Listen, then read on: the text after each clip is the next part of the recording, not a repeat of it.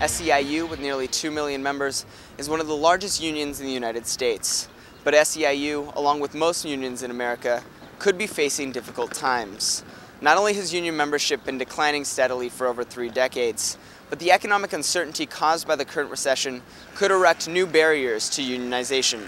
To understand the current state of unions in America, I spoke with Schmitt, senior economist at the Center for Economic and Policy Research. If you go back to the end of the 1970s, about 25% of all workers in the United States were in a union at the time. And not coincidentally, about 25% of the workforce was also in manufacturing back then. So we've seen two really big changes over the last 30 or so years. On the one hand, we've had a big decline in manufacturing, and on the other hand, we've also seen a big decline in unionization in the country. They're related. They're not. One doesn't necessarily imply the other, but the big decline in the main base of unionization, which is manufacturing, has certainly hit unions hard. Meanwhile, we haven't created as many union jobs in the service sector, which has been growing a lot, and that's been part of the problem too. I think that the recession is both a challenge and an opportunity for the labor movement. It's a challenge because it's going to put the squeeze more on workers, it's going to lead to layoffs, and it's going to lead to economic pessimism.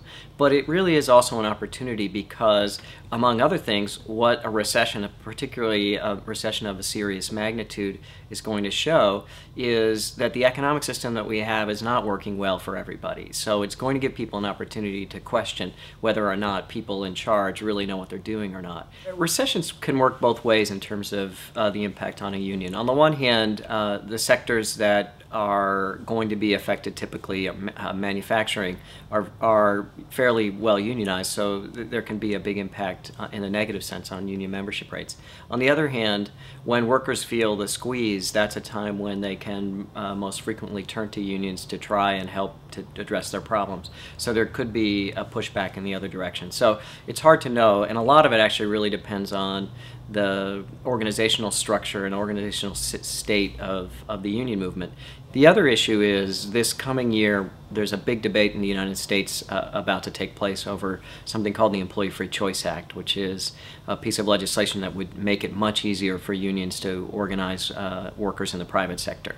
If that legislation passes, say, early in 2009 and is signed into law by the next president, because certainly the current president isn't going to sign that kind of legislation, there's a chance that unions could see a real boost in their membership because it would be much easier legally to organize workers. In particular, the biggest problem is that there are almost no penalties for employers who break the law. So, for example, one of the most common techniques that employers use is to pick out the 2 or 3 most prominent workers involved in a union organizing campaign and simply to fire them. That's against the law, and employers know that, but they also know that they won't be found guilty for 2 or 3 years, long after the union organizing drive has been wiped out.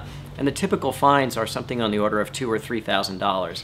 So for employers to make this decision, it's a complete no-brainer. I think one of the biggest ideological victories for the right over the last 30 years is the complete lowering of expectations that Americans have for their rights and the kind of standard of living that they should enjoy. And I think that we see that played out on the union issue.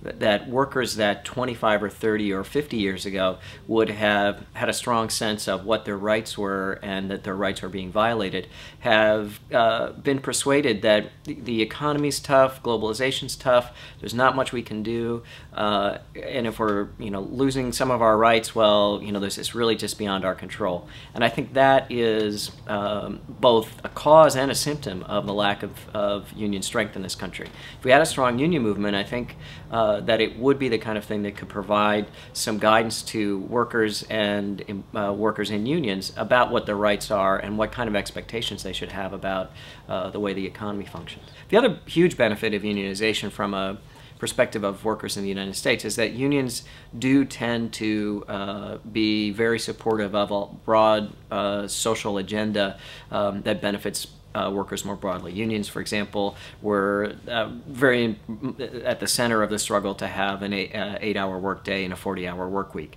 That benefited not just union workers, obviously benefited everybody. Similarly, many unions now are pushing to have a national health insurance system of some sort or other. So the more political economic clout unions have, the more political clout they'll have, and the better situation they'll be for pressing for things like paid parental leave or mandatory, legally sanctioned, legally required vacations from employers and other kinds of benefits. Denmark has an unemployment rate that's lower than the United States. Workers in the very bottom of the Danish labor market make about $20 per hour by U.S. standards. The economy is doing just fine over there, and the unions aren't getting in the way. Similarly, we had a much higher unionization rate in the United States from the end of World War II to about the end of the 1970s, and the national growth rate of the U.S. economy was double what it's been from that period to the present. So there's not an argument, I think, that unions inherently get in the way of